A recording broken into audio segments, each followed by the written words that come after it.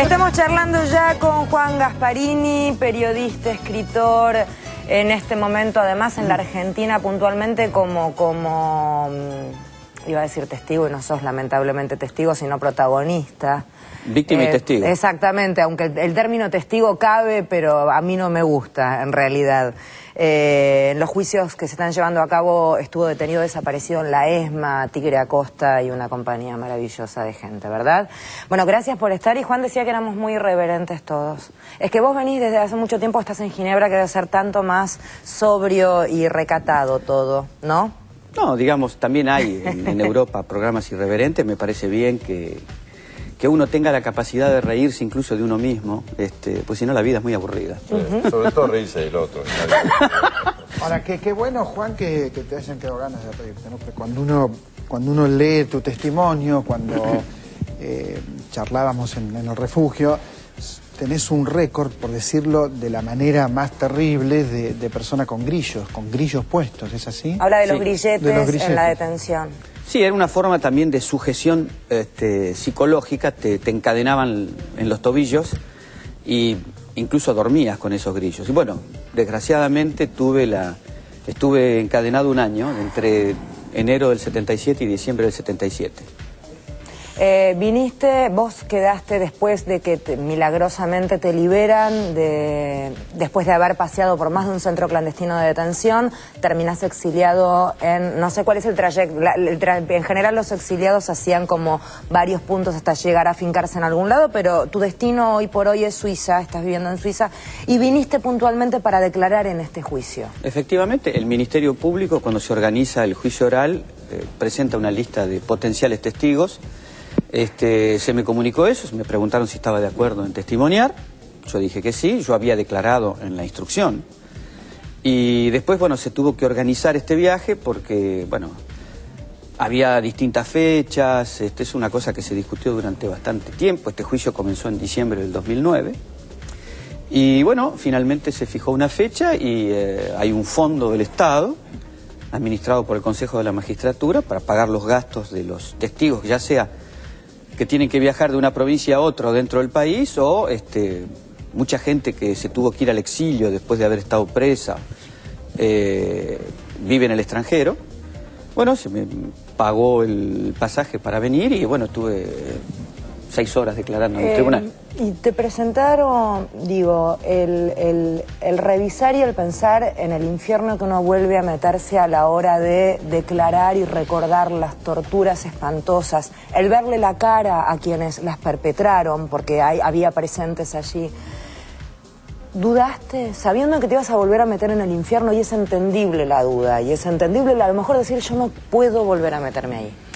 No, yo creo que tiene también un costado saludable, es decir, hay un efecto de catarsis, y la verdad que para mí fue un poco con honor y un cierto placer poder venir a contar a un tribunal de una sociedad hoy democrática lo que a mí me pasó, lo que me hicieron los militares, lo que me obligaron a hacer, es decir, me tuve que ir al exilio porque mi seguridad cuando me liberaron no estaba garantizada en la Argentina. Tuve que empezar mi vida de nuevo, aprender una lengua que yo no sabía, o sea, empezar a los 30 años con otra cosa.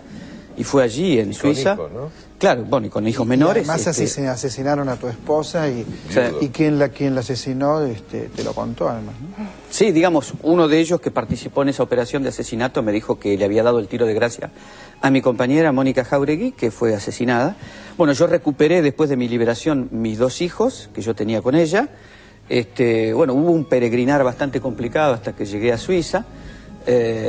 Tuve que conseguir documentación falsa, llegué a Suiza con documentación falsa, eso está previsto en la Convención Internacional para los Refugiados.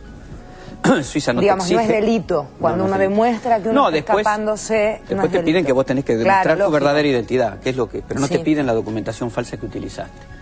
O sea, el exilio también es un castigo, no solamente la tortura y el cautiverio ilegal, sino también tener que irte afuera. Y con todo. Empezar de nuevo, todo. Sí, porque finalmente nunca te integras afuera. ¿Y hoy estás allá? Hoy estoy allá, bueno, yo rehice mi vida, estudié periodismo en una universidad, en la Universidad de Friburgo, en la Universidad Católica.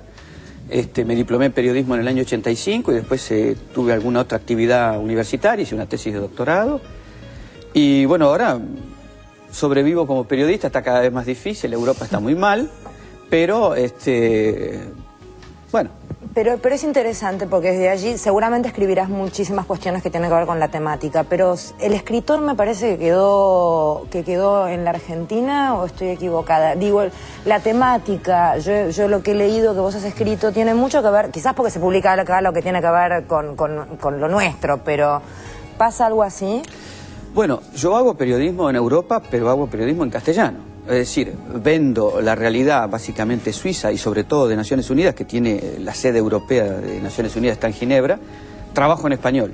Y como allí están radicados todos los organismos de Naciones Unidas sobre derechos humanos, me he hecho un poco especialista en el tema, lo cual tiene un doble interés para mí, porque yo he sido también víctima de la represión.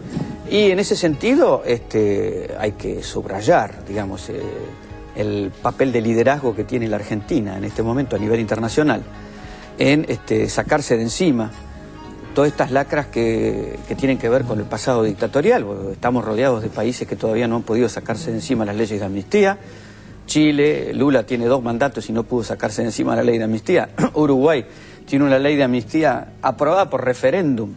En este caso yo creo que lo que ha ocurrido en este país en el 2003, la anulación de las leyes de amnistía y el reinicio de los juicios que quedaron bloqueados en 1985, porque después de la condena de las juntas militares los procesos iban a comenzar, vinieron las leyes de amnistía y todo eso quedó bloqueado.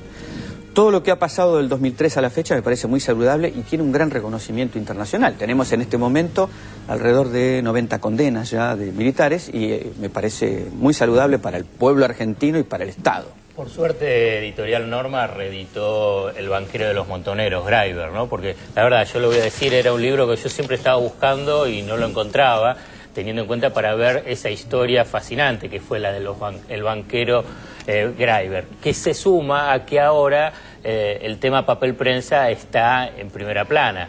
Y vos tenés un capítulo importante sobre la historia de papel prensa. Contanos un poquitito. Bueno, ha sido una grata sorpresa esta iniciativa del Gobierno Nacional de abrir una asignatura pendiente. Es decir, el Nunca Más, 1985, estableció las responsabilidades en la represión de los militares, pero quedó pendiente las complicidades civiles. En el campo de concentración del cual yo soy sobreviviente, se calcula que el botín de guerra, como se llamaban ellos, asciende a 70 millones de dólares. Te quitaban la ropa, los muebles, la casa, el auto, y después ellos no se querían quedar con objetos, sino que revendían concretamente. Y eso no lo hacían ellos, los militares, lo hacían sus cómplices civiles. Pongo un ejemplo que me concierne directamente porque yo fui testigo de todo eso. En este caso me parece muy saludable porque el capítulo de papel prensa abre la posibilidad de trabajar esta asignatura pendiente, lo que no pudo hacer el Nunca Más, es decir, establecer las complicidades de los civiles. Este libro yo lo escribí en 1990, ha sido reeditado ahora porque, bueno, es la historia de un joven banquero argentino que entre los 26 y los 35 años constituyó un pequeño imperio financiero donde la joya reina era papel prensa, es decir, todo ese imperio financiero era para construir un poder industrial en la Argentina cuya empresa dominante era papel prensa. Que destaquemos que a vos en la detención te preguntaban por esta cuestión. Efectivamente. ¿No? Digamos, el porqué también del interés y el porqué, el empezar a investigar. A vos te preguntaban mucho sobre cuál era el rol de Greiber en los montoneros, te preguntaban por 2 doctores que vos no conocías, decías, ¿no? Exactamente, sí, yo eso lo escribí en, digamos, hay un capítulo testimonial en un libro que yo escribí en 1988 que se llama Montonero Final de Cuentas, que es el reflejo en castellano de mi tesis de doctorado en la Universidad de Ginebra. Y allí yo analicé el fenómeno desde afuera, pero había un capítulo testimonial donde yo conté un poco mi vínculo con todas esas problemáticas. Y en el caso de Greiber, bueno, la represión a veces avanzaba bastante a ciegas, detenían a gentes en masa, a granel, y te preguntaban cualquier cosa. En el libro vos tratás de demostrar, y creo que lo lográs, que a Greiber lo mataron. Sí, yo trabajo lo que se llama la hipótesis del asesinato, con los indicios que yo junté, prensa americana, prensa mexicana. El accidente, entre comillas, tuvo lugar en México. Él vivía en Nueva York, pero no tenía residencia fiscal en los Estados Unidos. Viajaba todos los viernes a Acapulco, donde vivía su familia, y volvía los lunes a Nueva York. Aprovechando esa situación, esa rutina, digamos, de él, yo creo que se hace el atentado. Y bueno, el atentado es consecuencia de la dictadura militar que informa a los servicios de inteligencia norteamericanos de que este joven banquero había aceptado en inversión una suma de dinero importante, 17 millones de dólares, de los montoneros, como aceptaba dinero de un montón de otra gente, porque constituyó un imperio financiero de 200 millones de dólares, con 2 bancos en Nueva York, con un banco en Bélgica, con un banco en Israel, etcétera. Entonces, todo eso era para tener poder inmobiliario y poder industrial en la Argentina. Él utilizaba los bancos para todo eso. Entonces, en mi libro ya está contado, escrito en 1990, el plan de la dictadura para quedarse con esa empresa. Digo plan porque la dictadura contrató a una empresa americana para hacer un análisis de imagen y ver cómo podía mejorar su imagen ante la población argentina. Y allí se les dijo de que tenían que tener medios de prensa adictos que hablaran bien de la dictadura. Muerto el jefe de la empresa, situación de iliquidez transitoria y temporaria, hacen presión sobre Lidia Papaleo, la viuda de Greiber, que por ser la madre de la heredera, es decir, la hija menor que había tenido con Greiber, era la única que podía decidir, y hay, como parte de un plan, la dictadura hace presión para que se ceda esa empresa a los 3 diarios que la compran en esas condiciones que fueron totalmente catastróficas para la familia. Lo que se agrega ahora, y con esto termino, lo que se agrega ahora con el informe presentado por la Presidenta de la Nación el 24 de agosto, es que además de esas presiones, para implementar ese plan de desapoderamiento, que se tenía que hacer en la legalidad, porque los 3 diarios que recibían papel prensa no iban a aceptar recibirlo de personas que estuvieran secuestradas, además de esas presiones de la dictadura, de ese plan siniestro, hay indicios que se aportan ahora de que también civiles contribuyeron en esas presiones. Y bueno, ahora el tema está en la justicia, eso ha tenido una traducción, el informe presidencial ha tenido una traducción a través de la Procuración del Tesoro y la Secretaría de Derechos Humanos, y bueno, corresponde a la justicia dirimir si esas presuntas complicidades civiles tuvieron lugar de forma significativa en este proceso.